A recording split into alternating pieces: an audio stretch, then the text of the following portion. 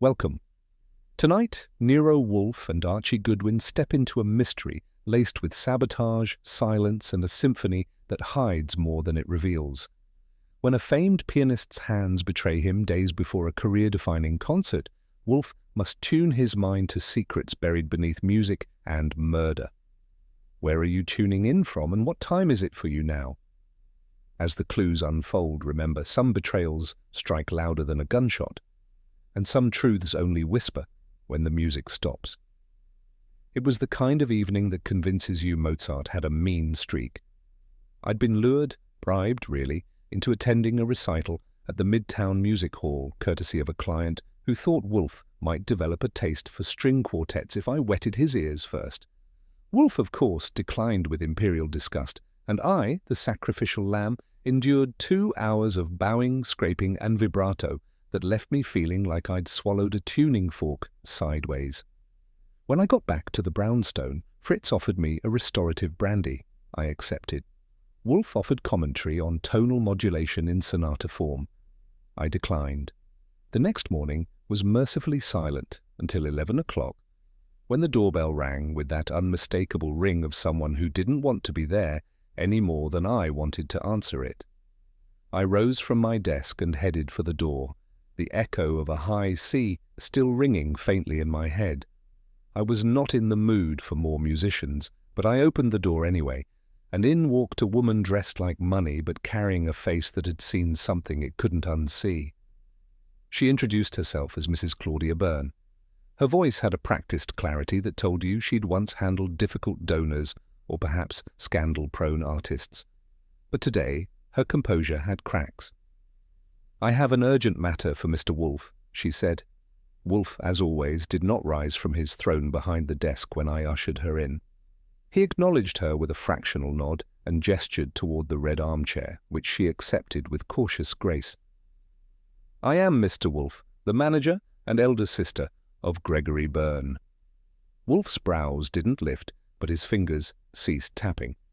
"Yes," she continued, "the pianist. He was scheduled to perform at Carnegie Hall this Friday." "Was?" She tightened her gloves, though the room wasn't cold. "Gregory collapsed during rehearsal 3 days ago. Since then, he cannot hold a cup, let alone play. His hands tremble uncontrollably." I sat back. The Byrne name carried prestige in circles where silence was considered applause. Wolfe pressed his fingertips together. "And you believe this was not a matter for medical science?" "I believe," she said, the edge in her voice sharpening, "someone intended to ruin him." It took Wolfe a full 30 seconds to reply.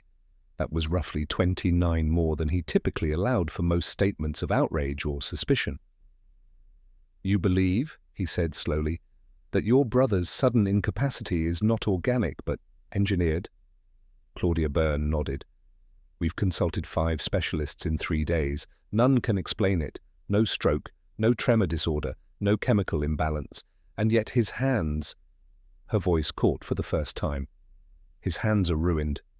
I didn't say anything. I've seen stage actors fake grief and socialites manufacture it, but hers had a fissure too real to be rehearsed. Wolfe leaned back a fraction. "Madam, let us proceed with care. You are proposing sabotage, a crime not to be taken lightly, nor pursued without foundation." "I understand," she said. "But Gregory's life has been that piano since he was 5. He's broken, Mr. Wolfe, and there was no sign, no warning." She opened her bag with hands as steady as her brother's no longer were and produced a small notebook. "I've been keeping notes, rehearsal schedules, visitors, meals, everything from the last 10 days. Wolfe didn't reach for it. He rarely touched a client's evidence until it had been properly sanitized by logic. But I took it and flipped through. "It's all there," she said. "The pattern may not be clear yet, but something happened. Someone did this." Wolfe exhaled through his nose, the closest he ever came to a sigh. "Mrs. Byrne, I have no doubt your concern is sincere, but many a performer has been undone by nerves, pressure, ambition." "This is not psychosomatic," she interrupted. Her voice was still polite, but now it carried the tonal conviction of someone used to managing egos far larger than Wolfe's. And that was saying something. I've managed Gregory's career for 20 years. I've seen pre-performance anxiety, dietary crashes, even panic attacks. This is not that. She paused and straightened. Gregory did not lose his nerve. He lost control of his body. And I believe it was deliberate. Wolfe's gaze narrowed. And what motive do you suggest for this theoretical saboteur? I don't know, she admitted. Envy, competition, obsession. Gregory's circle is small, but not without tension. That much I could believe. Artistic genius tends to attract a particular flavor of jealousy, the kind that smiles across champagne flutes and cuts brake lines in the dark. Wolfe raised a finger. You understand that if I accept this case, I shall require complete access to your brother's schedule, associates, and environment? Yes. Whatever you need. Very well, he said. You have piqued my interest, but only mildly. Then she said something that made his eyes open just slightly, like a man recognizing a note out of place in a familiar composition. It may be nothing, Claudia said, but Julian Elston, Gregory's protégé, was found dead last night. An apparent suicide. Wolfe didn't move, but something in the room shifted, even the air. Julian Elston, he repeated. He was staying in the guest flat above the studio. He and Gregory worked together daily. The police found him in his room. Pills, no note. That last part landed. In my experience, people who write suicide notes are trying to explain. People who don't are either too broken or didn't choose the ending themselves. Wolfe spoke carefully. Did your brother know? Claudia hesitated. I haven't told him. He's, not in a state to process more grief. Wolfe looked at me. Archie, you will accompany Mrs. Byrne back to the estate. You will observe, listen, and avoid romanticizing the arts. I stood. Yes, sir. Shall I pack earplugs? He ignored that. Claudia rose. You'll come now? I nodded. Just let me grab my coat. As she turned, Wolfe's voice stopped her. One more question. Was Mr. Elston's relationship with your brother purely professional? Her silence spoke volumes. They were close, she finally said. Too close, perhaps, but not in the way you might assume. Wolfe gave a faint grunt. I seldom assume. But if Julian Elston did not write a note, then I must wonder what else he left behind. And with that, the case transformed from an artistic tragedy to a problem that smelled like murder-wearing gloves. I followed her out, my mind already tuning itself to the dissonance no sonata could disguise. The Byrne estate sat like an opera star after curtain, grand, brooding, and exhausted from too many encores. The kind of place that had once echoed with genius, and now didn't echo at all. Claudia led the way through a pair of doors large enough to make you whisper instinctively, and I followed, stepping into a silence so complete it felt rehearsed. No servants, no music, not even the hum of polite civilization. Just an air thick with expensive grief. This way, Claudia said softly. The hallway was lined with black and white portraits. Gregory at 10, 12, 16, chin higher, posture straighter, hands always in frame. The farther down the corridor you looked, the more the boy vanished and the brand appeared. We reached a wide oak door and paused. He's had medication, Claudia said. He may be unpleasant. I've had worse, I told her, and pushed the door open. Inside, the grand piano sat closed. That alone felt like a crime. And the man in the recliner beside it looked like he'd been sentenced for committing it. Gregory Byrne had the kind of face that used to draw ovations. Now it barely registered strangers. His eyes moved slow, as if deciding whether reality was worth focusing on. I'm Archie Goodwin, I said, assistant to Nero Wolfe. I know who you are. His voice was gravel softened by morphine. He sent the understudy. I ignored the insult and took the chair opposite him. Mrs. Byrne tells us you collapsed during rehearsal. I didn't collapse. I lost command. He raised his right hand. It trembled slightly, like a conductor unsure of the cue. That's all that matters.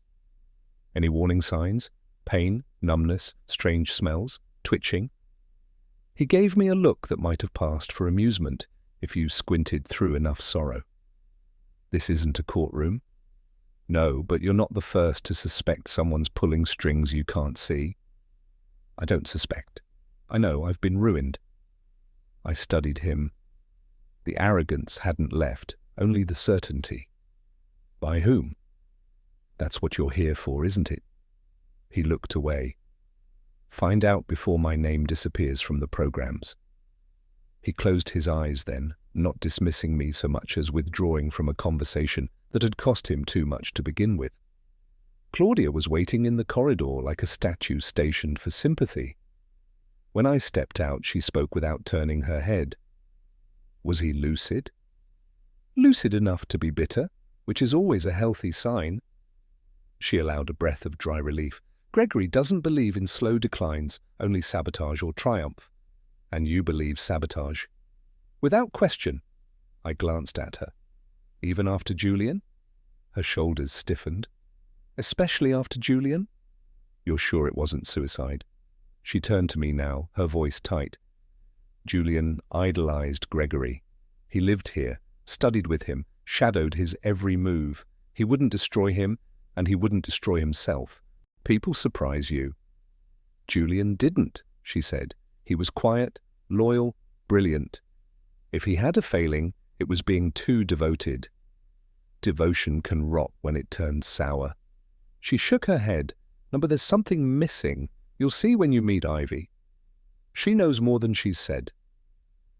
I didn't ask who Ivy was. If I'd learned one thing in the Wolfe household, it was to let the suspects introduce themselves naturally, preferably with something to hide.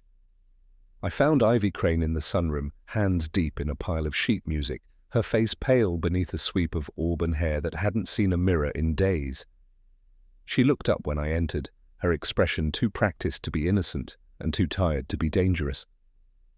"You're here about Julian," she said before I opened my mouth.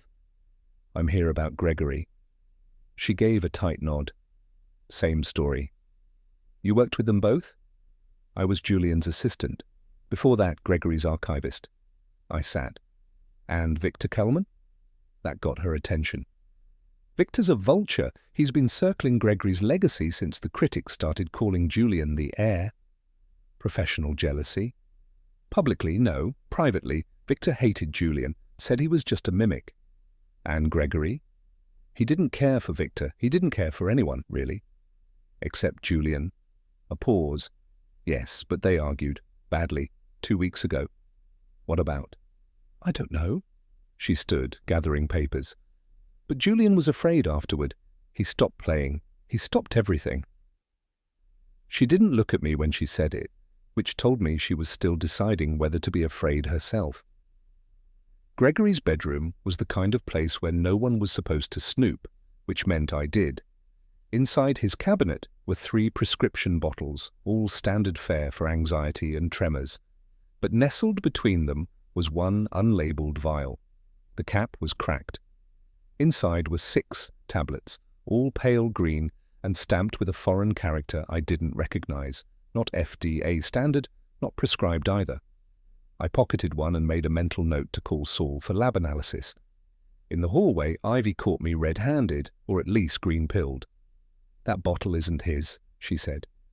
"He didn't have it last week." "Where'd it come from?" She shook her head. "Not from me." "Could Julian have brought it?" "No," she said. "He didn't come near the studio after the argument." I frowned. "Did he leave a note?" She looked away. "Number, but his phone's gone." That lifted my eyebrows. "Gone?" "I mean, someone wiped it. The data, the history, even the voicemail is blank." That wasn't grief. That was erasure. I thanked her and made for the door. There was enough silence in this house to muffle an explosion, but not enough to stop a scream that had never been heard. And I had a feeling Julian Elston had been screaming before he died. Dr. Harland Estes arrived at the brownstone at precisely 3 p.m., punctuality being the only thing about him that suggested medical precision. He was a tall man with neat hands and a voice honed by years of telling bad news without flinching. Wolfe nodded him to the red chair, and I settled in beside the bookshelves with a notepad I had no intention of using. This was all Wolfe's show. "You are the attending neurologist for Mr. Gregory Byrne," Wolfe stated, not asked. "I am," Estes confirmed. "Since the incident 3 days ago." "And have you identified the cause of his symptoms?"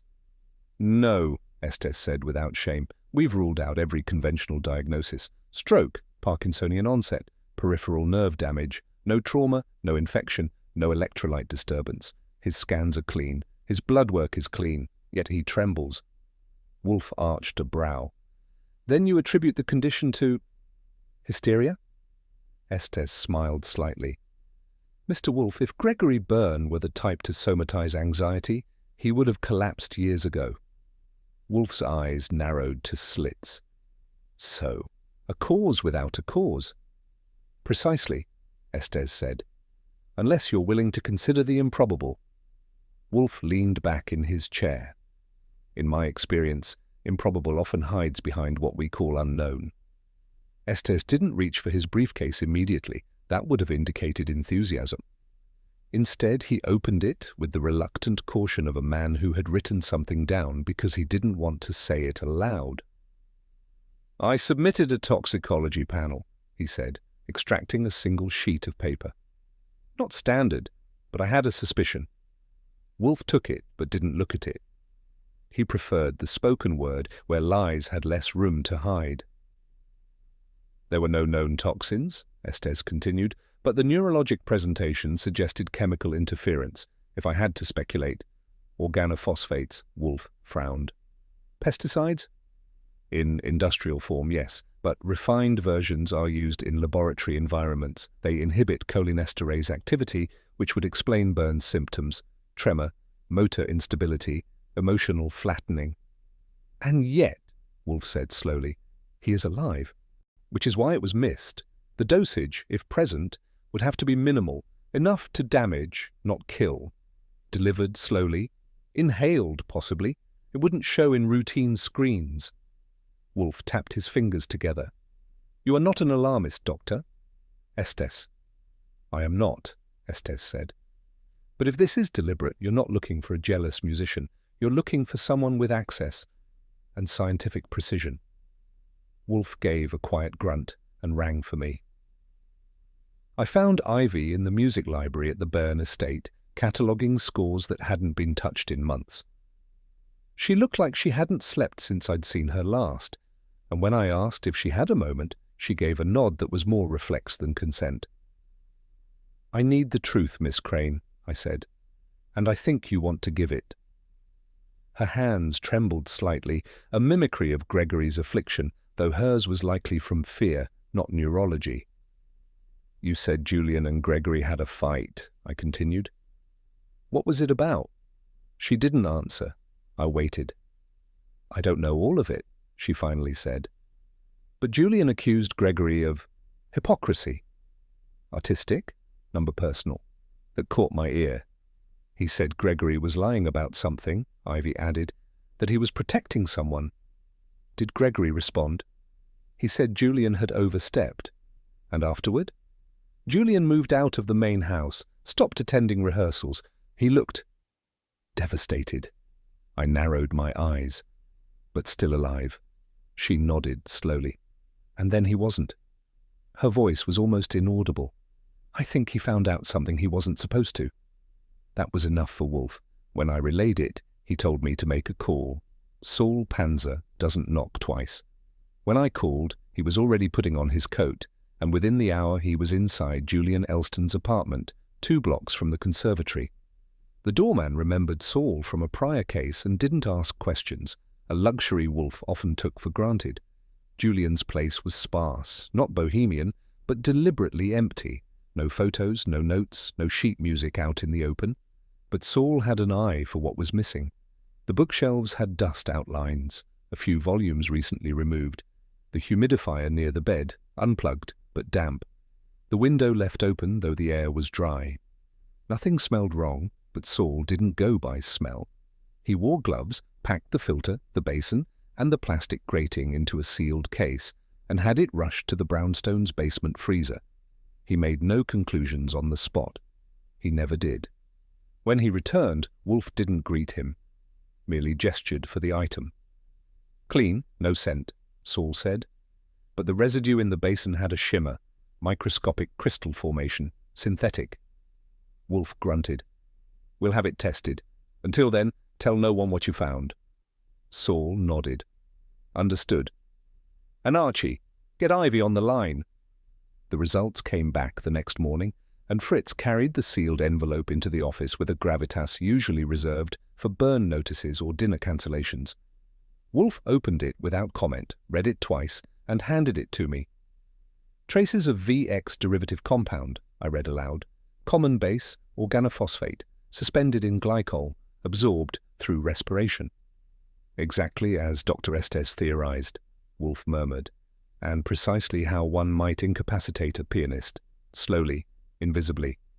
In his own room, in his own air." I looked at him. "Julian poisoned Gregory?" "Possibly, but I doubt it." "Why?" "He left no note," Wolfe said, "but he left a humidifier full of science." I sat back. "You think he was framed?" "I think he discovered something and someone decided he had to be removed." Wolfe stood, a rare act that always meant trouble. "This was not a crime of jealousy, Mr. Goodwin. This was orchestration." "And now?" "Now," he said, "we tune the orchestra." And from the look in his eyes, I knew someone was about to hear the first dissonant note of their downfall. Inspector Kramer doesn't believe in musical entrances. He doesn't believe in music, period. He considers it suspiciously abstract. When Fritz opened the front door and led him into the office, the first thing out of his mouth was not hello, but, "You're interfering again, Wolfe." Wolfe didn't rise. "You arrived uninvited, Inspector, which allows for the possibility that I am not." Kramer's jaw worked under his collar.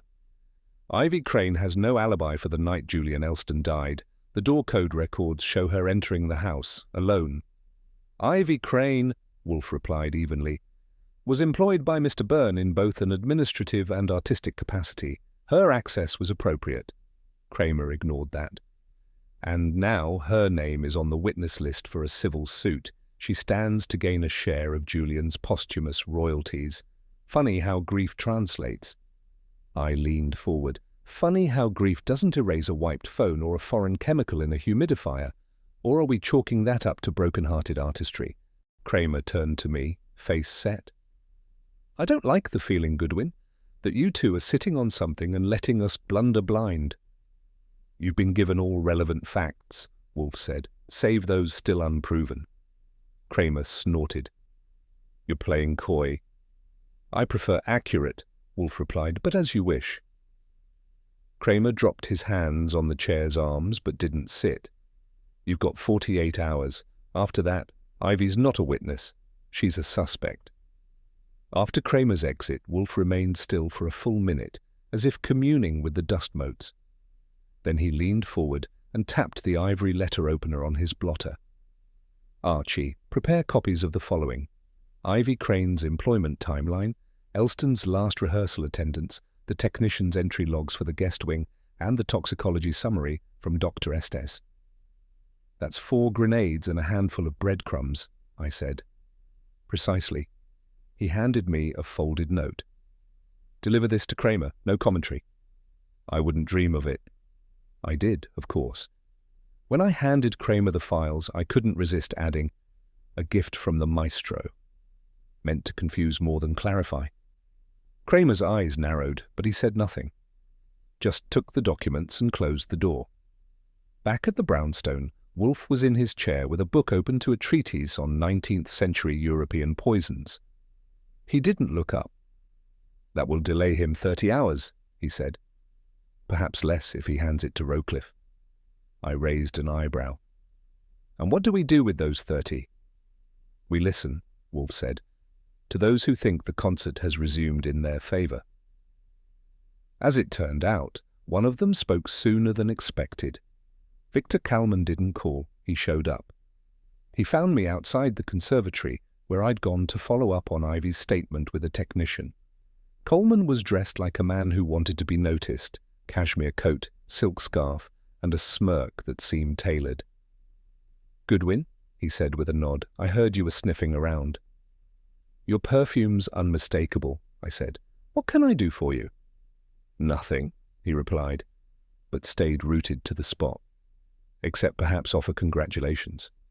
"For?" "I've been asked to step in for Gregory at Carnegie Hall Friday night." I kept my face still. "That fast?" "There's a gap, and I fill gaps. That's how careers work." "Funny, I thought talent was involved." He shrugged. "Gregory's talent trembles. I don't." "Did Julian know you'd be next in line?" "Julian didn't know much of anything by the end," he said, too quickly. "He was unstable, delicate. You spoke highly of him before." "That was before he started making accusations." I tilted my head. "What kind?" He smiled. "The kind people don't repeat." And then he turned and walked off, having dropped just enough to make me wonder what, exactly, he had rehearsed, and for how long. Back at the estate, Ivy met me at the door with her arms crossed and her voice thin. "He told me he'd make Gregory pay," she said. We sat in the music library again, and for once the room didn't feel like it was holding its breath. Ivy's face had lost its varnish. "Julian said that?" I asked. "Yes, after the fight." "What was the tone?" "Anger, betrayal, not jealousy. Something more personal." "Did he say why?" She hesitated. "He found out something about Gregory, something he thought was a lie." "A professional lie?" "No," she said, voice tight. "He said Gregory wasn't who he pretended to be. That someone close to him was manipulating everything?" I nodded. "Claudia?" "She was always controlling, but Julian thought it went deeper. He told me he'd make Gregory see the truth. And then he disappeared. He went quiet for a day, then he was found dead." Ivy looked at me, and her eyes were clearer now. "I think Julian knew who did it, or who was about to. He wasn't angry like a rival. He was desperate like a friend who just figured out he'd been used. That was enough for Wolfe. When I told him, he didn't speak for a while. Then he picked up the phone. "Summon everyone," he said. "We shall stage a recital of our own." The office was warm. That wasn't new. What was new was the arrangement. Wolfe had everyone seated before speaking. Claudia, Gregory, Ivy, Victor, and even Dr. Estes, seated like a bemused critic attending a dress rehearsal of something he'd already reviewed. Wolfe steepled his fingers. "Ladies and gentlemen, we have before us a tragic sequence, an artist destroyed, a protégé dead, a mystery composed in minor keys. I have at last arranged the score." Victor snorted softly. Wolfe ignored him. "The question has been whether Julian Elston poisoned Gregory Byrne, and upon guilt took his own life." Wolfe turned to Claudia. "You believe it. You needed to." To Victor, "You suggested it." To Ivy, "You feared it." And to Gregory, who sat slumped but alert, "You suspected nothing until your hands betrayed you." Gregory flinched. Wolfe continued, "But there is one flaw. Julian Elston had no scientific background, no lab access, and no known source for the chemical compound used. The method of poisoning required precision. That alone exonerates him, unless one believes he found both motive and materials by accident, and I do not." He paused. "The residue in his humidifier was planted, placed there after Julian was already dead." Gasps, of course. Wolfe ignored them. "I have no proof admissible in court. But I have reason. And that is enough, for now." He glanced at me. Later, when the room had cleared, I asked him directly, "So, Julian was innocent?" Wolfe nodded. "And perhaps more than that. Perhaps he was trying to prevent the crime, not commit it." "Then why suggest otherwise in front of everyone?" Wolfe gave me a tight smile. "Because those who are guilty relax when they believe the frame fits someone else." Returning to the Byrne estate felt like slipping back into a room where the orchestra had fled, but the tension still echoed in the rafters. Claudia wasn't there to greet me this time, which was a relief. Her brand of civility had the brittle polish of a piano key right before it cracked. I moved quietly through the hallway toward the practice studio, retracing steps that Julian Elston had likely taken dozens of times before his finale. The room was as I remembered it, too clean, too staged. A few trophies, a polished metronome, a cello in the corner that hadn't been touched since someone last remembered to dust it. But something different caught my eye this time. In the far corner, on the shelf behind a stack of unopened mail, I saw a badge, one of those plastic swipe cards clipped to a lanyard. It had the Breckenridge Biotech logo, faded, and the name iCrane printed beneath it. It wasn't hidden, just forgotten. I slipped it into my coat pocket and made a call to Wolfe from the back porch out of earshot. When he answered, I said, "You'll never guess where Miss Ivy used to moonlight." He only replied, "Return immediately." Ivy sat stiffly on Wolfe's red chair, her eyes darting once toward the card on his desk, the one I'd dropped there like a calling card from her past. "That's from my old job," she said. "I am aware," Wolfe replied, voice level. "I worked at Breckenridge during grad school, research administration data cataloging." Wolfe didn't blink. "And you retained access?" "I didn't think I had," she said. "Julian asked if I could get in and retrieve some sheet music he'd left there, a draft score. He didn't want to return himself. He said it would look suspicious." I leaned forward. "Suspicious to whom?" She hesitated. "To Victor. Julian was trying to prove something." "Did you use the card?" "Just once. I found the score, left. That was all." Wolfe tapped the badge lightly with one finger.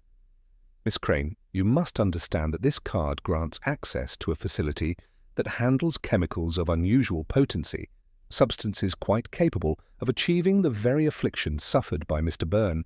"I didn't take anything," she insisted. "I swear." Wolfe studied her. "Yet someone did." Her voice dropped. "Then someone used me." That much Wolfe didn't have to confirm. He simply rang the bell for tea, which in our household often preceded an unpleasant truth. Victor Kalman answered the door with a smile that made me want to check my wallet. "Mr. Goodwin," he said, "I was just revisiting Liszt." "If you play him like you play people," I said, "he must sound like a ransom note." He laughed, too easily. "I take it you're not here for music appreciation." "I'm here about Breckenridge Biotech." His lips thinned just a fraction. "Yes, I did some work with them, a short-lived consultation." "On what?" "Sound wave therapy, acoustical stimulation as a cognitive enhancer. It didn't go far." "Did Julian Elston know?" He shrugged. "Julian knew a lot. He was curious." "Was he curious enough to get himself killed?" Victor's smile returned.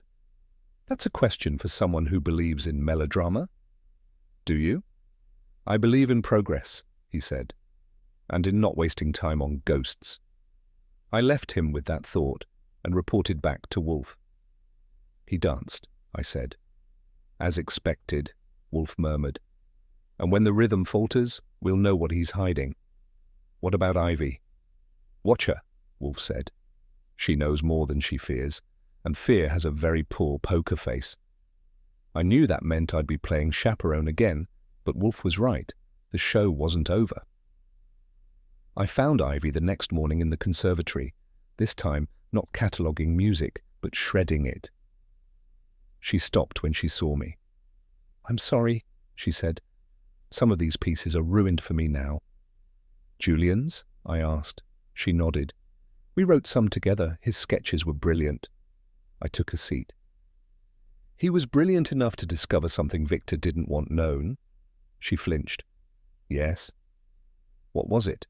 "Victor's project wasn't dead. He told people it had failed, but Julian found internal reports.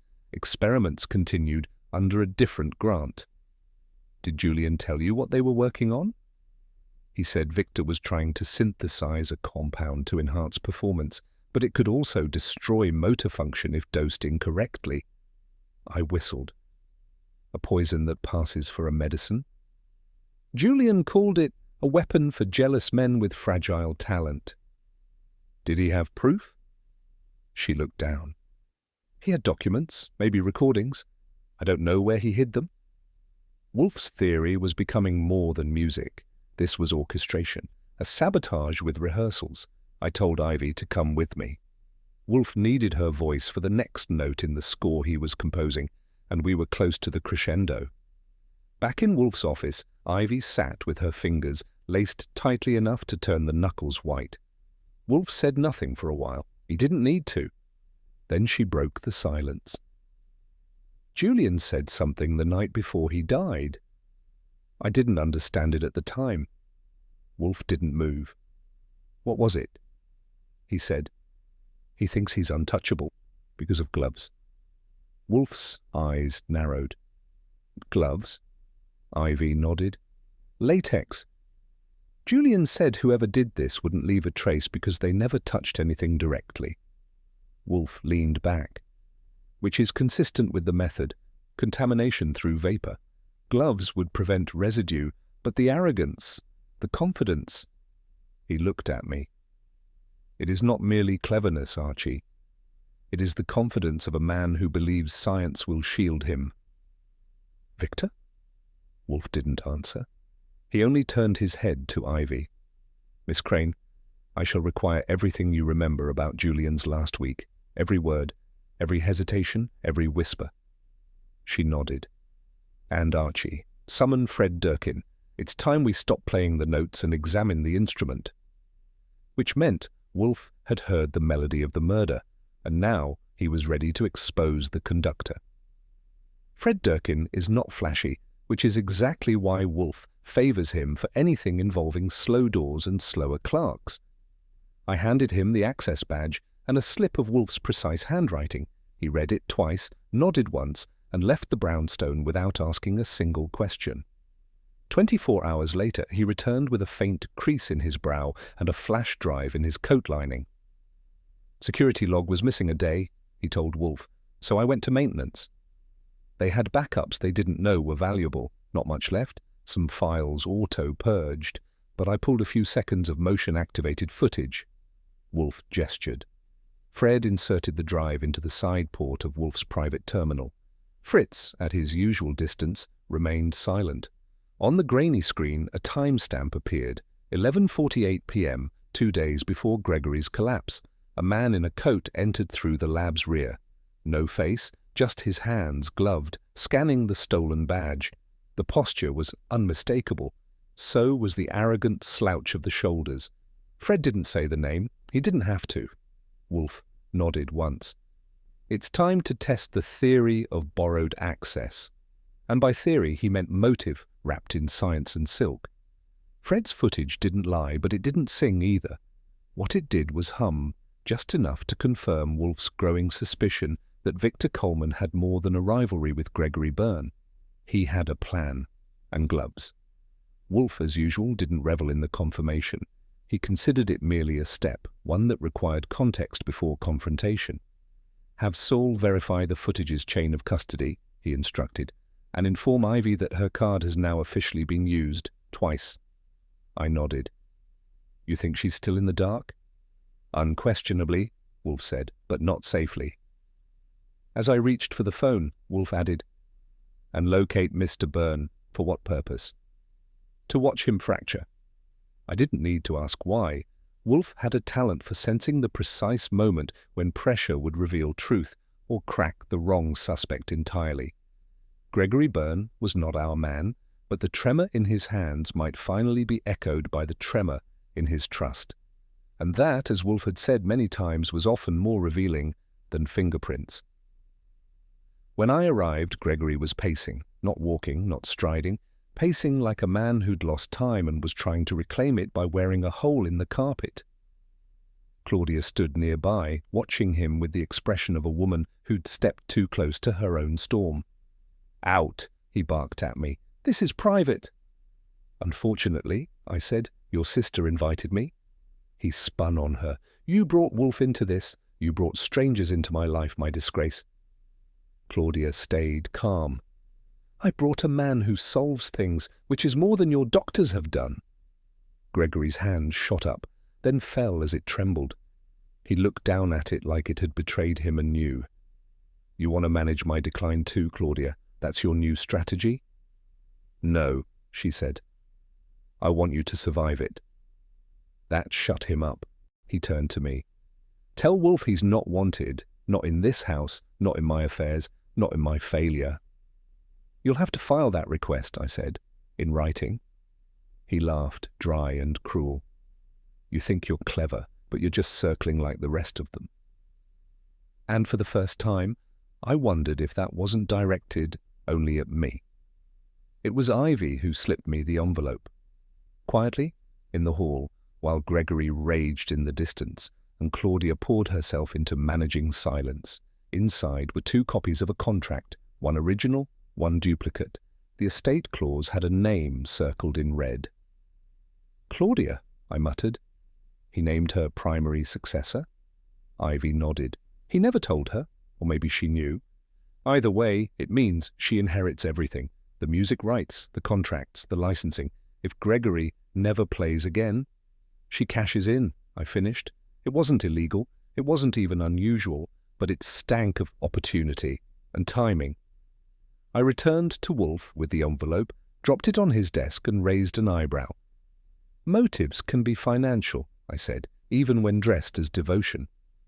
Wolfe unfolded the contract slowly, read it once, then looked up. We must ask, did she act to preserve Gregory's legacy, or to own it outright? I'll get my boots, I said. He shook his head. Not yet, let us reorder the sequence. We may find that death was not the plan, merely the inconvenient truth that followed discovery. And that meant the theory needed not a villain, but a timeline. Wolfe summoned me at 9:10 with a tone that meant the thinking had finished, and the proving would now begin. Archie, he said, we have erred in chronology. The toxin was introduced to Gregory's environment before Julian's death. But Julian had recently acquired knowledge of Victor's theft. That must mean... He found out, I said, and was killed for it. Wolfe nodded. Indeed. Julian confronted Victor, perhaps even Claudia. He threatened to expose the theft, the access, the sabotage. Instead, he was silenced and framed for the crime. Using the humidifier. Yes, Wolfe said, a cruel irony. The very instrument used to heal his voice was used to brand him a traitor. I sat back. So, Gregory was the target? Julian was the shield? More than that, Wolfe said. He was the decoy, positioned precisely to draw suspicion, then discarded when the narrative was convenient. And Claudia? Wolfe's eyes narrowed. She may have known, or she may have simply profited. We must test the difference. I stood. You want the group assembled? Yes, he said. And this time, Archie, we shall play the melody they all hoped we'd never hear. And I had a feeling it would be their last performance. Ivy arrived at the brownstone, looking like a woman who'd walked through rain no one else could see. She clutched her bag tight enough to strangle the strap, and when I opened the door, she handed me something small, plastic, and trembling slightly in her grip. Julian gave it to me, she said. 2 days before he died. He said, if anything happens, give this to Wolfe, not the police, Wolfe. I took the USB and nodded her inside. Wolfe was already waiting, eyes half-lidded but sharp enough to cut rope.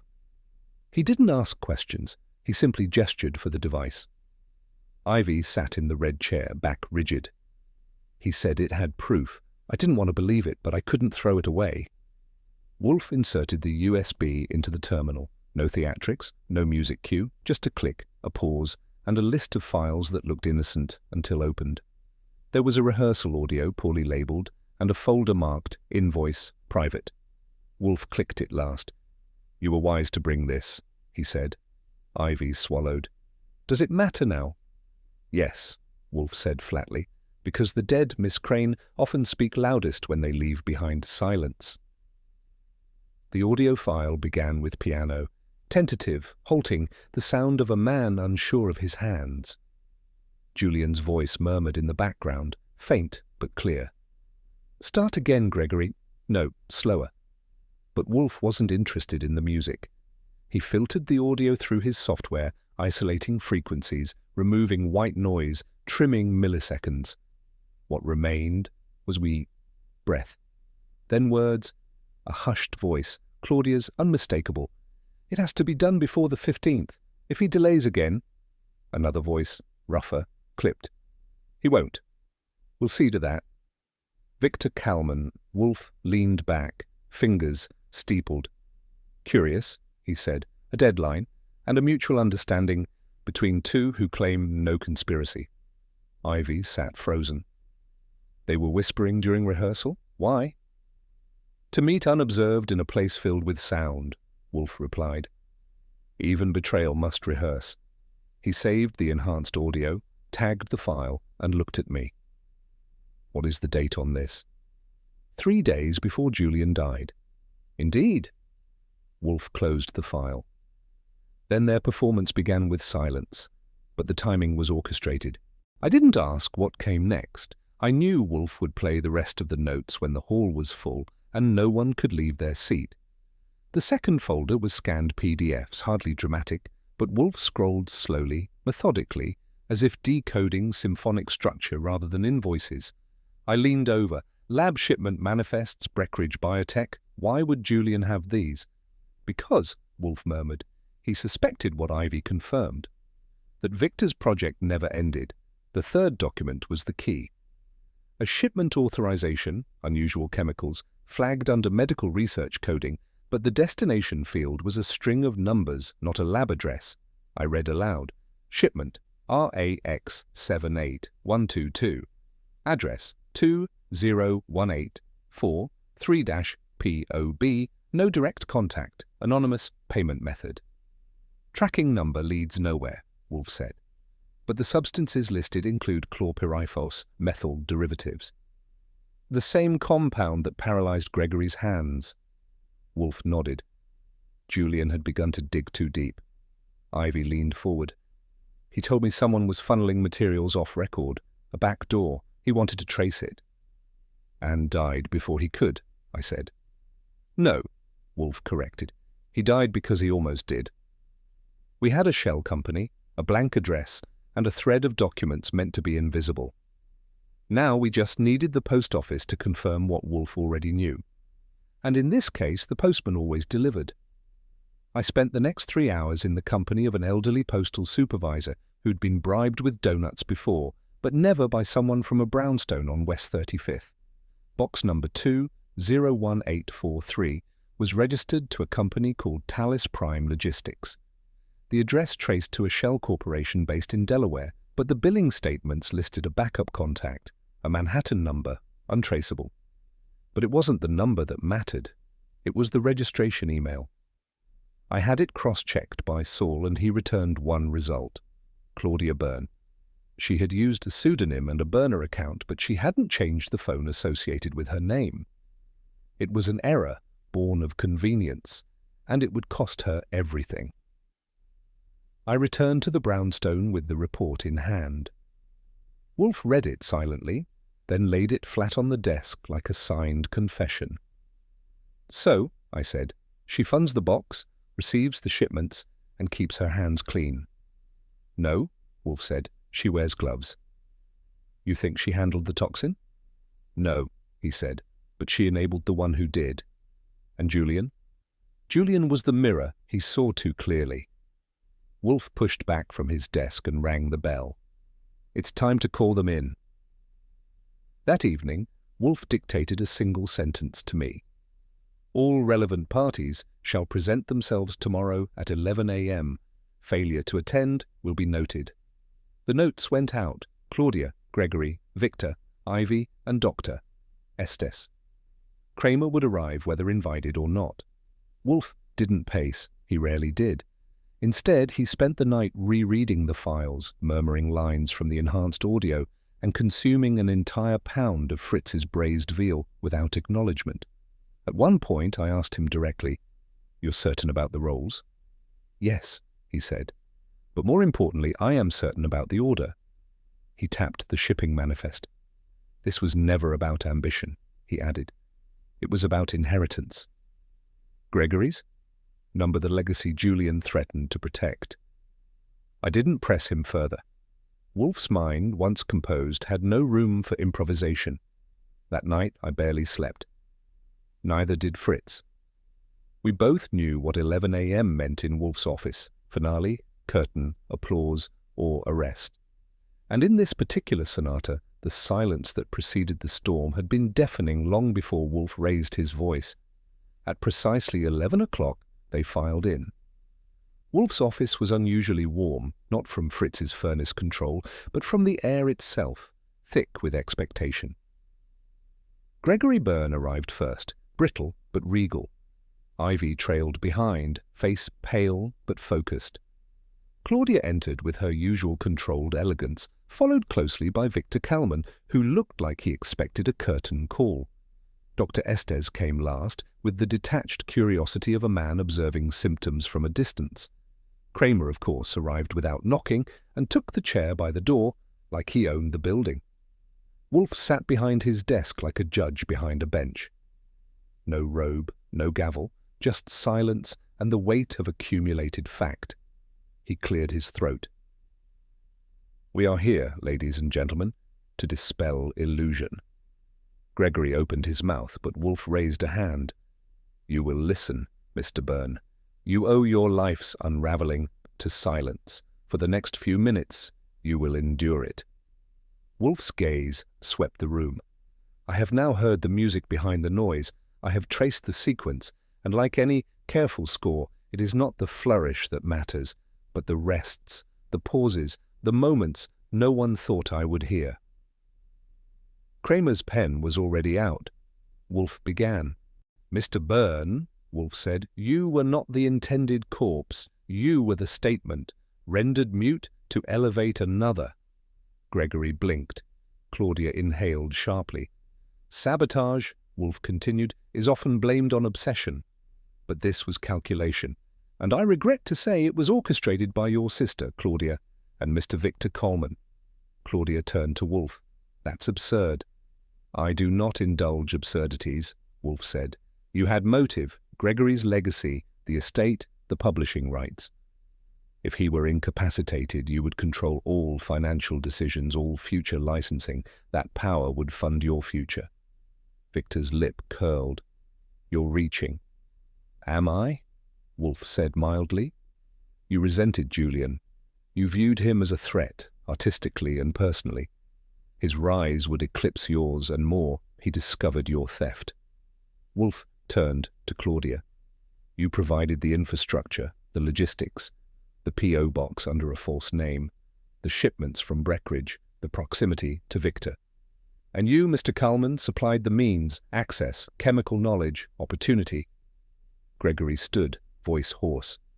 "You're accusing my sister? Victor, they've been—" "Positioning," Wolfe said coldly. "Victor wanted your stage, Claudia wanted your name to endure, but on her terms. You were both obstacle and asset." And, for the first time, Gregory said nothing. Wolfe's eyes rested on Victor. "Your error was vanity, Mr. Kalman." Victor's mouth twitched. "You have no proof?" "I have observation," Wolfe said, "and a camera. The Breckenridge backup footage shows a figure entering the lab using Ivy Crane's credentials, long after she claims to have used them. The posture, the build, the stride." "Yours." Victor crossed his arms. "That proves nothing." "Indeed," Wolfe said, "until we consider the gloves." Kramer leaned forward. "Gloves?" "Yes," Wolfe said. "Julian told Ivy he thinks he's untouchable because of gloves." That was no metaphor, it was fact. Wolfe turned to Ivy. "Julian discovered Victor's break-in. Victor, using gloves, avoided fingerprints, but revealed himself to Julian, possibly by accident or perhaps by arrogance." Wolfe looked back at Victor. "The compound that disabled Gregory was traced to materials stolen from Breckenridge. You wore gloves, but your presence, unrecorded yet undeniable, was witnessed by a man you believed would stay silent." Victor stood, his voice sharp. "You're building castles from dust." "No," Wolfe said. "I am sweeping away your camouflage." He looked to Kramer. "You have the footage. You have motive, method, opportunity. And now you have the arrogance that completes the pattern." Victor didn't reply, but his silence played louder than any note. Julian Elston was not a saboteur, Wolfe began. He was a guardian. Wolfe turned to Ivy, his tone gentler. Your friend uncovered Victor's unauthorized access, his manipulation of proprietary science, and the shipment trail. He intended to expose it, but he confided in the wrong person, Claudia. Claudia's eyes widened. That's a lie. No, Wolfe said. It is a sequence. Julian gave you the USB, didn't he? She didn't answer. You did not destroy it, perhaps out of fear or uncertainty. But you handed it over to Victor. Wolfe looked to Victor again. And you, sensing the threat, acted. You used the same chemical compound you'd used on Gregory. You placed it in Julian's humidifier. You wiped his phone. You ensured there was no note. And you counted on grief to obscure guilt. Dr. Estes stood slowly. I told you the dosage didn't make sense. Indeed, Wolfe said. It was designed not to kill directly. But in combination with Julian's anxiety and medication, it was fatal. Ivy's hands trembled. He said he felt watched. He was, Wolfe said, but by the wrong person. There was silence, save for Gregory, whose head bowed, not in guilt, but in grief, and Claudia, who finally looked away. Kramer stood slowly, his notebook shut, but his jaw working like a man chewing on bitter fruit. You've got your story, Wolfe, he said. Got your characters, your motive, your murder weapon. You even have a supporting cast. Thank you, Wolfe said without irony. Kramer turned to Victor. You've got the right to remain silent, but don't let that stop you from explaining this down at the precinct. Victor didn't move. 2 uniformed officers entered on cue and took his arms. And her? Kramer asked, nodding at Claudia. She will need a lawyer, Wolfe said, but I suspect her direct involvement ended at enabling, morally contemptible, legally. That will depend on the DA. Kramer scowled. You know how much I hate when you write the script. Wolfe offered a shrug. And yet you play your part with such conviction. Kramer gestured to the uniforms. Take them! As they filed out, Gregory remained seated. For once, the only music in the room was silence. And in Wolfe's office, that silence spoke volumes. Later, after the door had shut and the house had returned to its usual rhythm of Fritz in the kitchen and orchids in bloom, I poured Wolfe a beer. He took it, but didn't drink. Betrayal, he said finally, requires proximity. I sat back. You mean Claudia?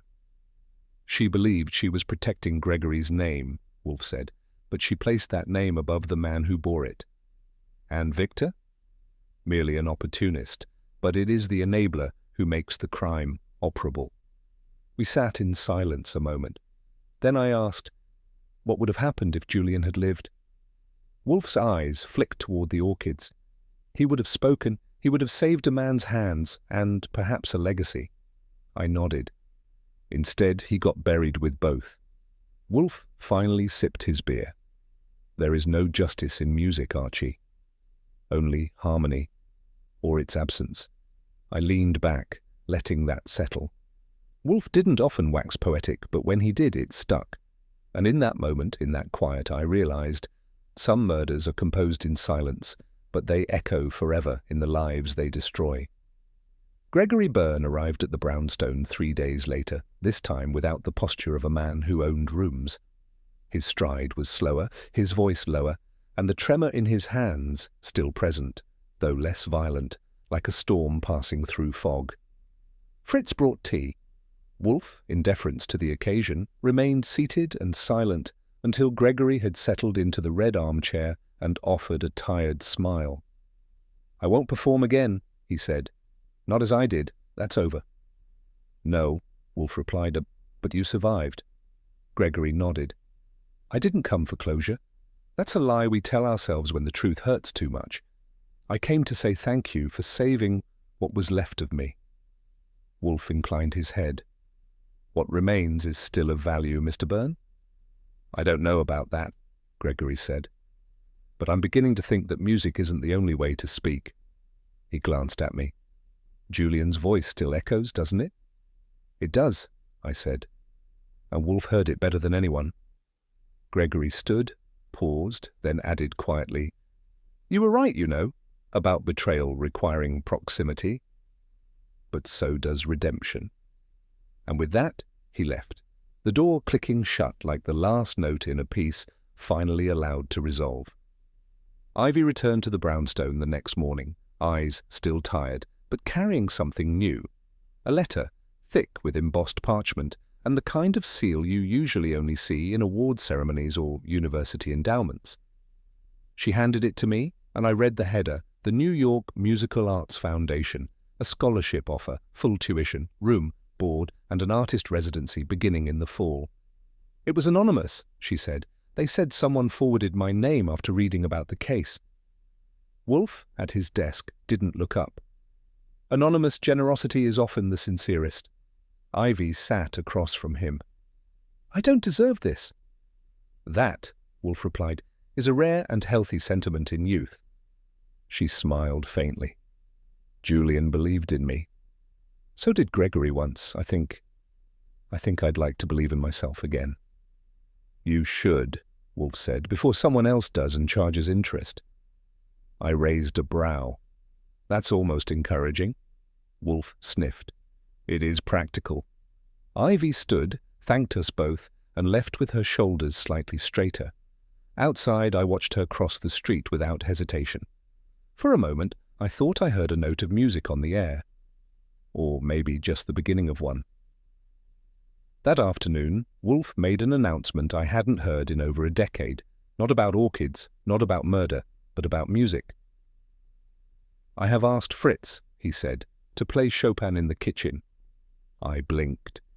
"You've asked Fritz, our chef, to commit auditory sabotage while preparing veal?" "Chopin," Wolfe declared, "has precision. Precision breeds discipline. Fritz needs focus." "He's already the most focused man in Manhattan," I protested. "He once peeled an artichoke while arguing about Austrian butter ratios." "And yet," Wolfe replied, "his consommé yesterday lacked definition." I didn't realize we were judging soup by sonata structure. "You judge everything by sarcasm," he replied. Fritz, upon being informed, responded with the grace of a diplomat and the quiet despair of a man being asked to multitask with Chopin in his ears and onions under his knife. An hour later, the piano sounded from the kitchen, tentative at first, then full-bodied. Wolfe nodded once in approval. I sulked. "That," I muttered, "is the real tragedy in this house." Wolfe didn't look up. "Your capacity for complaint, Archie, would humble Beethoven." "Maybe," I said, but at least he knew when to stop composing. Wolfe closed his eyes. "Not soon enough." That evening, with the city humming beyond the brownstone walls and the last of the case's echoes fading into memory, Wolfe chose to speak, not to explain, but to conclude. He set down his book and regarded me with an expression somewhere between reflection and resolve. "Music," he said, "demands precision. Each note intentional, each silence shaped. That is why it endures." "Unlike people?" I asked.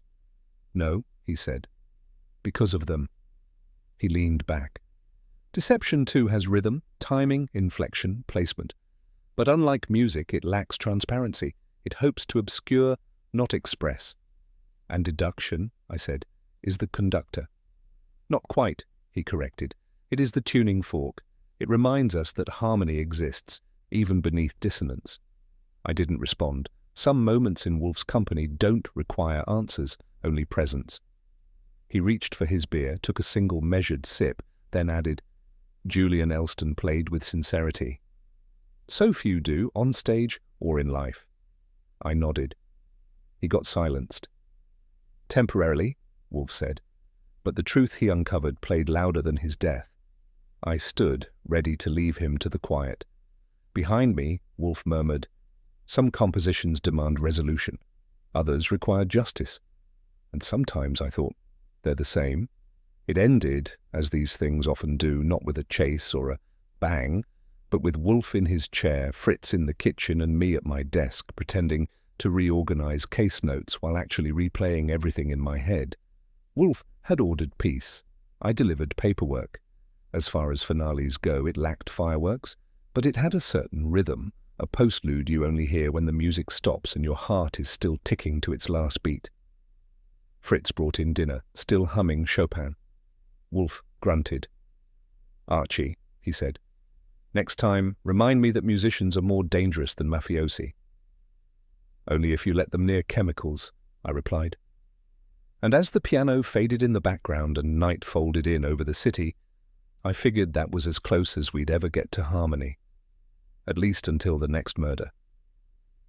As Wolfe leaned back, the air in the brownstone finally still, he murmured, "In music, as in murder, precision is everything. A single note out of place reveals more than silence ever could." Archie, scribbling in his notebook, didn't disagree. The case of the poisoned hands had come full circle. Ambition masked as loyalty, love curdled into control. But now, dear listener, I turn the final question over to you. What do you think was the criminal's greatest mistake, underestimating Wolfe or overplaying their hand? Leave your thoughts in the comments below. Wolfe may not reply, but he does read. And if you enjoyed unraveling this mystery with us, don't forget to subscribe for more cases and share the story with fellow sleuths who appreciate a good deduction played in perfect key.